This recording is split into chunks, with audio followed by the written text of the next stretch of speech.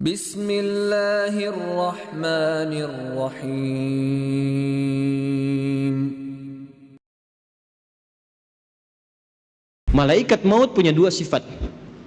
Sifat pertama, wan nazi'ati gharqa. Sifat kedua, wan nasyitati nashta. Sifat pertama, ada malaikat maut yang saat mencabut itu dia mencabut sekeras-kerasnya, sedalam-dalamnya. Gini, ini ada duri gak panjang masuk ke dalam tubuh, dalam daging, tapi posisinya bukan vertikal begini, posisinya horizontal begini, terus dipaksa dicabut begini. Kira-kira kebayang gak rasanya? Ya? Nah, ini malaikat nazi'atu. Nazi'atu dari kata naza'a. Naza'a itu gini ilustrasinya, kalau belum paham tentang ini, itu ada pohon di luar, dipaksa dicabut sekeras-kerasnya sampai akar-akarnya tercabut. Ya. Problemnya apa? Problemnya kalau pohonnya keras kan nggak sekali cabut. Tarik, balik lagi, tarik, balik lagi. Gitu kan? Itu naza'a namanya. Yang mencabut dengan keras dan syiddah, bisyiddah wa unfid, dengan keras dan dalam, itu disebut dengan nazi'at gharqa, sampai ke dalam-dalamnya itu masuk. Jadi dari bawah cabut sampai ke sini. Tarik lagi, kan ini takut. Kenapa? Karena dia merasa nggak siap untuk pulang. Karena merasa nggak siap, nggak pengen keluar. Tarik lagi, itu ilustrasi begitu. Tarik lagi, sampai nanti di Quran ada beberapa surat, kamu ini susah sekali, ada yang dipukulin sama malaikat. Tarik lagi, turun lagi, tarik lagi. Ya, mudah bagi malaikat, tarik langsung mudah kan, kuat. Kan, tapi ingin menunjukkan bagaimana keadaan orang-orang di golongan pertama yang disampaikan oleh Al-Quran, betapa mencekamnya keadaan saat dia pulang. Ini sampai Allah kirimkan khusus dalam suasana itu malaikat yang memang bengisnya luar biasa untuk mencabut. Siapa golongan ini? Ya, satu. Dah. Nah, jangan lu dijawab, tenang. Dua.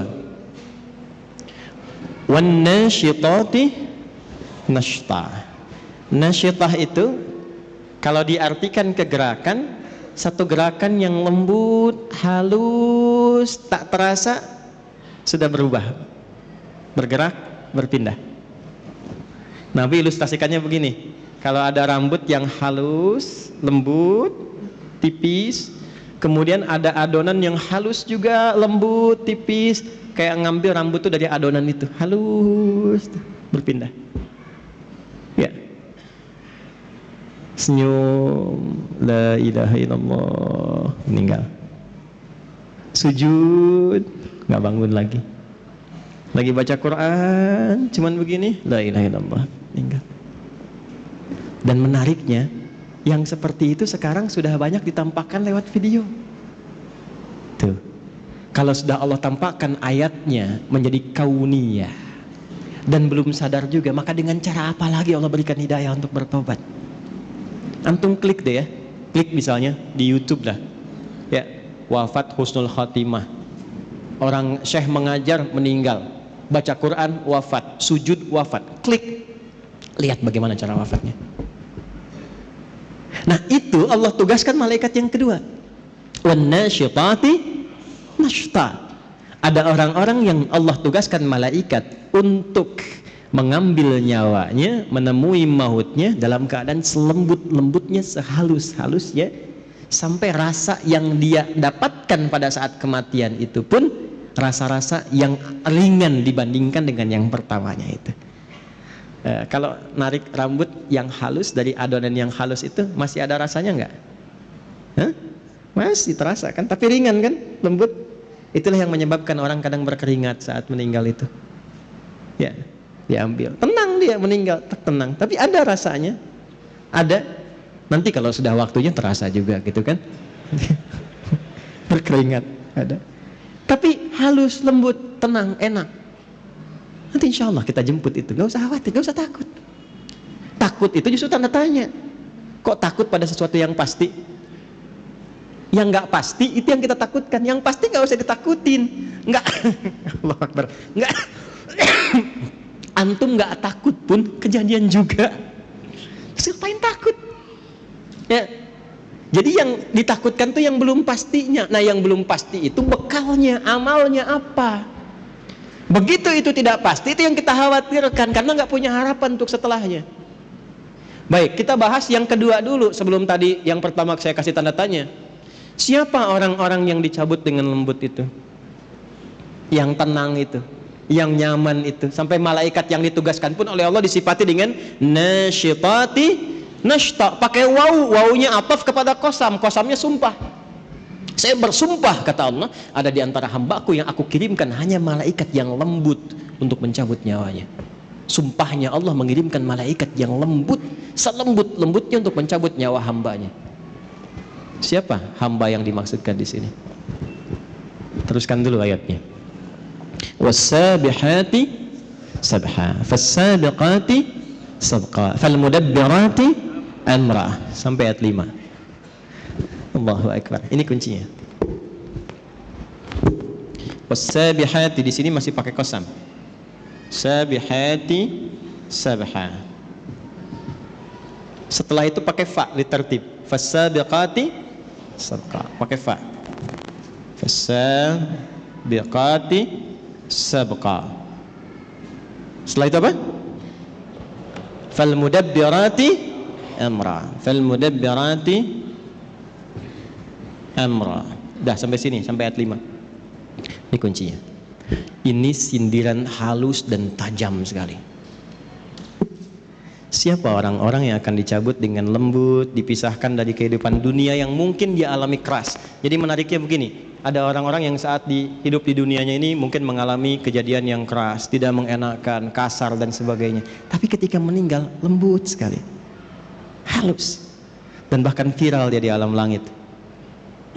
Bagaimana orang-orang ini kemuliaannya? Allah contohkan lewat tugasnya malaikat. Selain yang mencabut nyawa dengan 2 sifat ini, kata Allah, aku tugaskan juga dengan 3 tipikal pokok malaikat. Nah, 3 inilah sebetulnya sebagai isyarat karakter amal untuk kita demi menjemput kematian yang husnul khatimah. As-sabihati sabha. Aku bersumpah, aku juga siapkan malaikat yang tugasnya hanya bertasbih saja. Dengan cepat, dengan indah, dengan kuat. Oke, pelan-pelan. Teman-teman masih ingat gak waktu saya sampaikan tadi dibuka di awal mukaddimah? Ibadah itu ada yang sifatnya apa yang pertama? Ritual. Nah, ritual ini digambarkan di Qur'annya dengan kata-kata tasbih. Tasbih. Ibadah dalam bentuk ritual itu digambarkan di Al-Qur'annya dalam bentuk apa? Tasbih. Nah, menariknya apa? Semua alam ini diciptakan oleh Allah itu untuk bertasbih. Buka Quran surah 17 ayat ke-44. Quran surah 17 Al-Isra ayat 44. Dan tempatnya pun di surah ke-17 Al-Isra. 17 rakaat. Peristiwa Isra. Isra kan peristiwa yang didapatkan dari Isra dan Mi'raj itu kan salat kan? Nah, salat itu teman-teman sekalian itu gambaran tasbih untuk kita. Malaikat juga bertasbih. Tusabbihu lahu as-samawati as-sab'u wal ardu wa man fihin. Ada?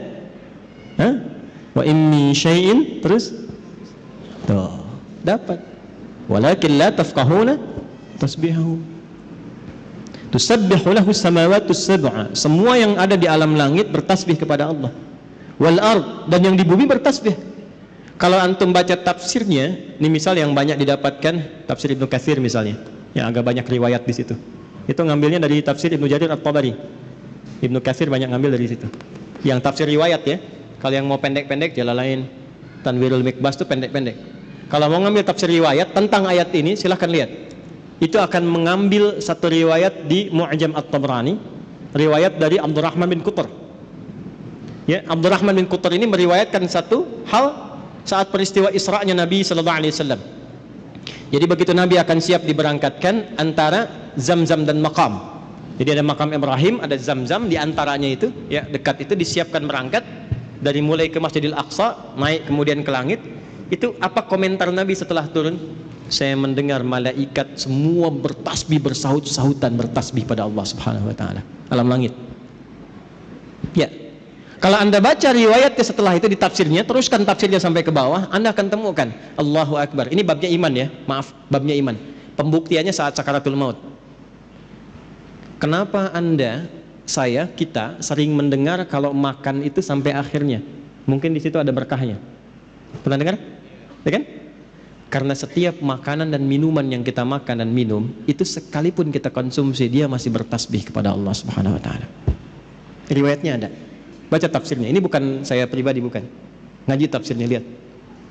Sampai makanan yang akan yukal dimakan itu masih bertasbih sebelum dimakan. Itu sebabnya kita nyari berkahnya.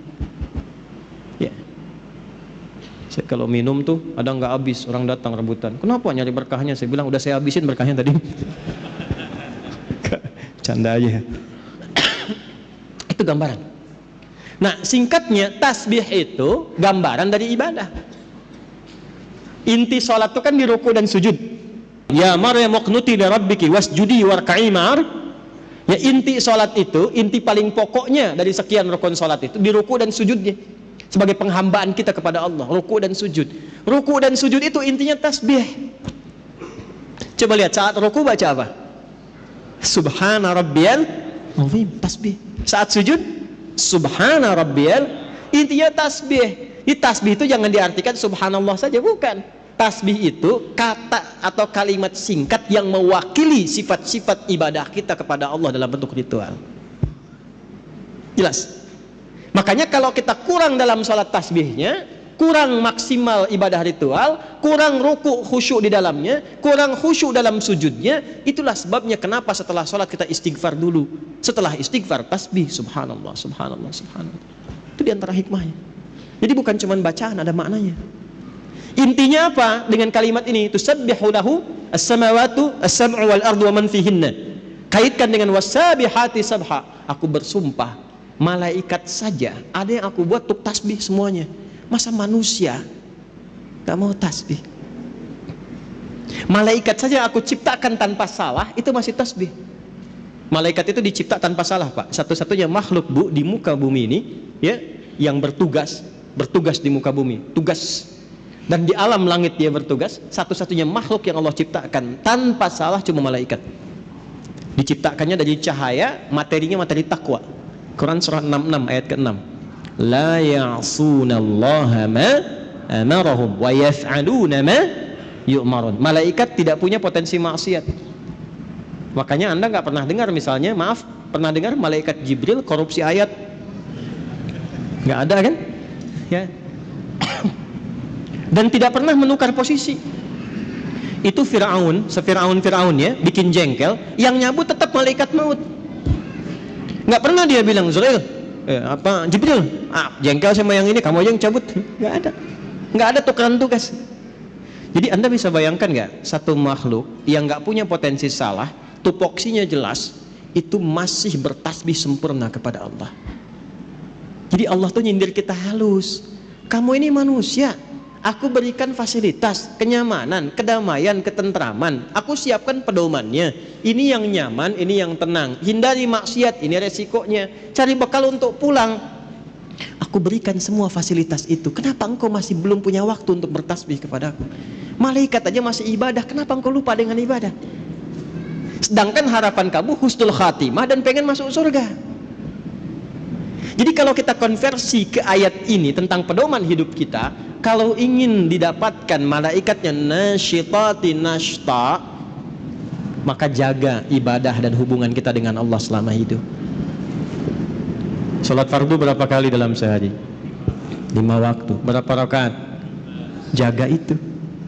Jaga. Setelah itu sunnahnya tingkatkan, rawatibnya, duhanya, tahajudnya. Itu ada maknanya semua. Kan kita latihan tumaninah, latihan tenang. Di antara dampak terbesarnya apa? Ini persiapan pulang.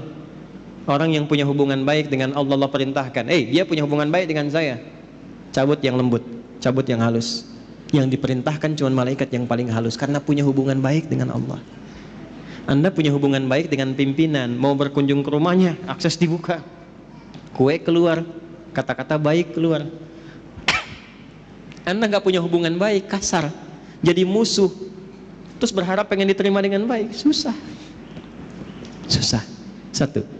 Jadi secara cepat kalau diinginkan husnul khatimah, mendapatkan malaikat yang lembut dalam sakaratul maut dan surga yang terbaik, pertama wassabihati sabha, teladani malaikat dalam rangka beribadah kepada Allah Subhanahu wa taala.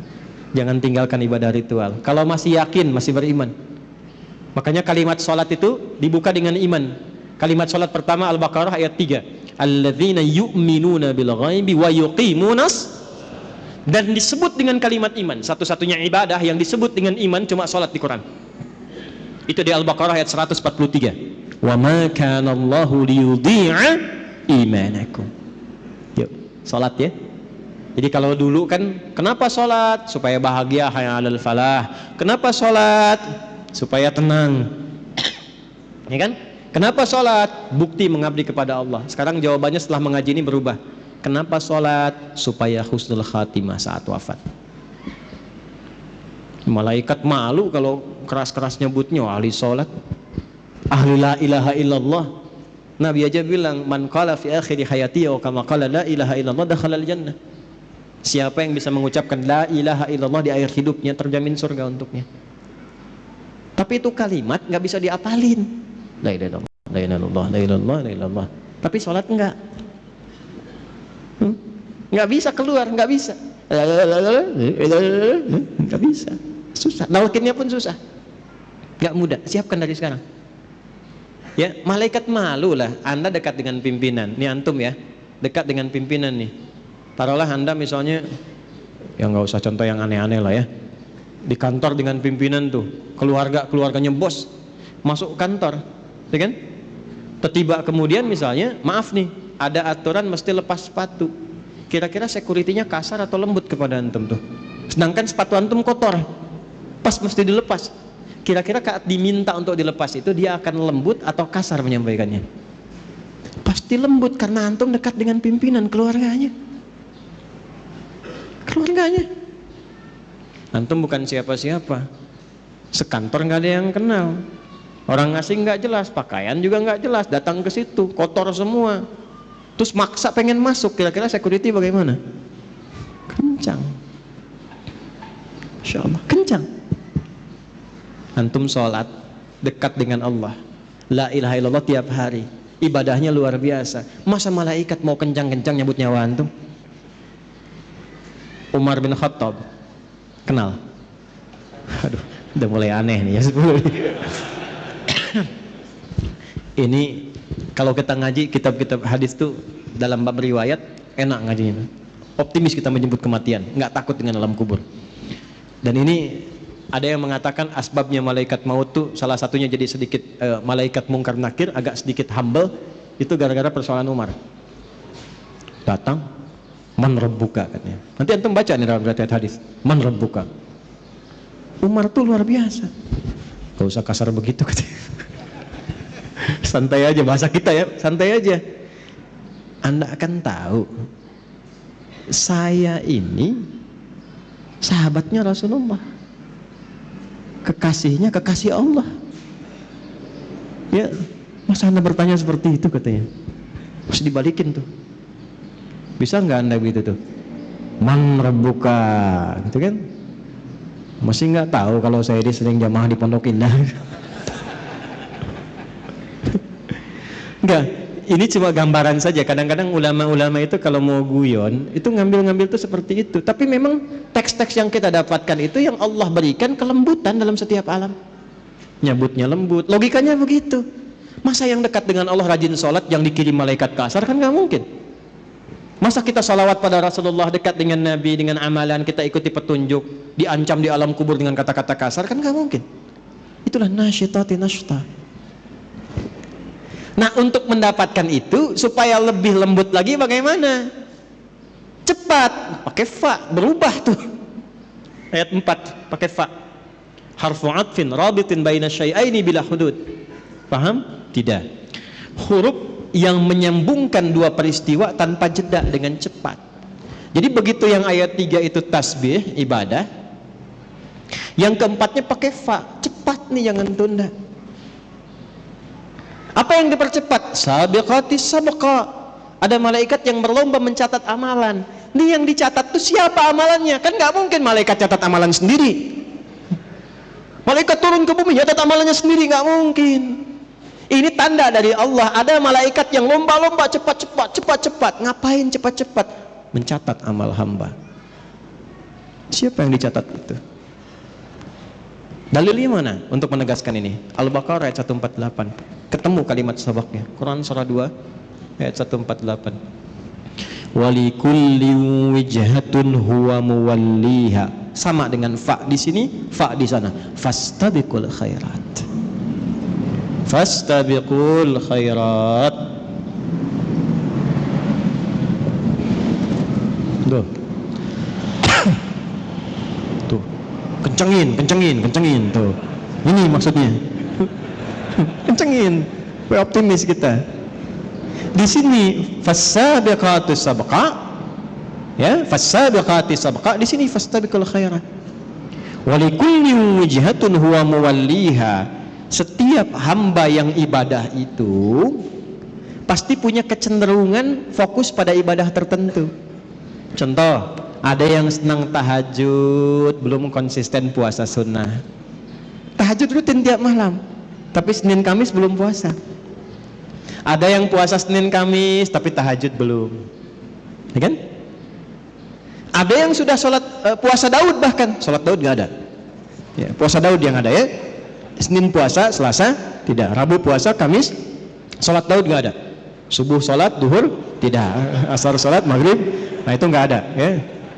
Ini sudah puasa Daud, tapi tilawah Quran belum. Quran juga unik. Ada yang senang baca, tapi belum menghafal.